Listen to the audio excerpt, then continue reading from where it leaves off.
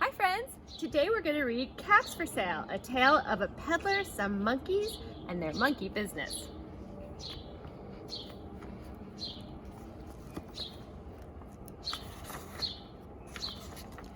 Once there was a peddler who sold caps, but he was not like any ordinary peddler carrying his wares on his back. He carried them on the top of his head.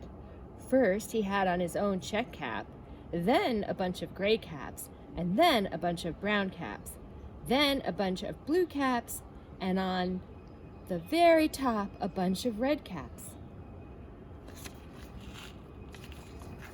He walked up and down the streets, holding himself very straight so as not to upset his caps. As he went along, he called, "Caps for sale, 50 cents a cap."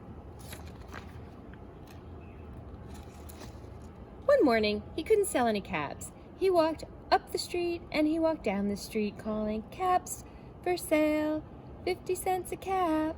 But nobody wanted any caps, not that morning. Nobody even wanted a red cap. He began to feel very hungry, but he had no money for lunch. "I think I'll go for a walk in the country," he said. And he walked out of town slowly, so as not to upset his caps.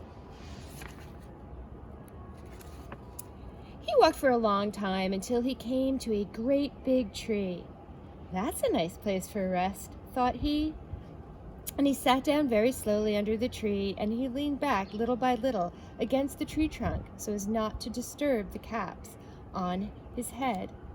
Then he put up his hand to feel if they were straight, first on his own check cap, then on the gray cap, then on the brown caps, then on the blue caps, then on the red caps on the very top. They were all there. So he went to sleep.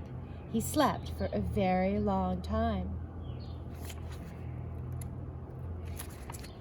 When he woke up, he was refreshed and rested.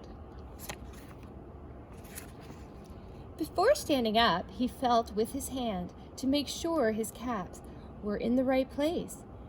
All he felt was his own checked cap.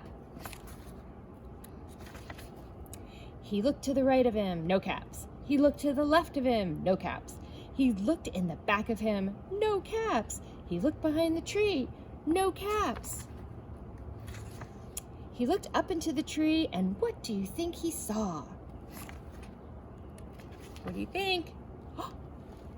On every branch sat a monkey, and on every monkey was a gray, a brown, or a blue, or a red cap. The peddler looked at the monkeys looked at the peddler. He didn't know what to do. Finally, he spoke to them. "You monkeys, you," he said, shaking a finger at them. "You give me back my caps." But the monkeys only shook their fingers back at him and said, "Tick, tick, tick." This made the peddler very angry, so he shook both his hands at them and he said, "You monkeys, you give me back my caps." But the monkeys only shook both their hands and looked back at him and said, "Tis, tis, tis." Now he felt quite angry. He stamped his foot and he said, "You monkeys, you better give me back my caps." But the monkeys only stamped their feet back at him and said, "Tis, tis, tis." By this time, the peddler was really very, very angry. He stamped both his feet and he shouted, "You monkeys, you must give me back my caps." But the monkeys only stamped both their feet back at him and said, "Tis, tis, tis." At last, he became so angry that he pulled off his own cap. He threw it on the ground and began to walk away. But then, each monkey pulled off his cap.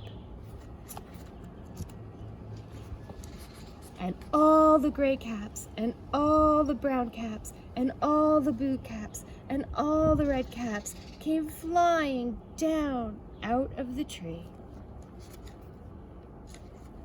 So the peddler picked up his caps, and he put them back on his head. First his own checkered cap, then the gray caps, then the brown caps, then the blue caps, then the red caps on the very top.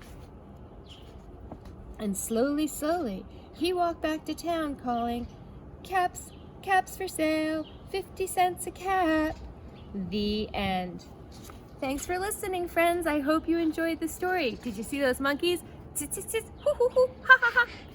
Bye.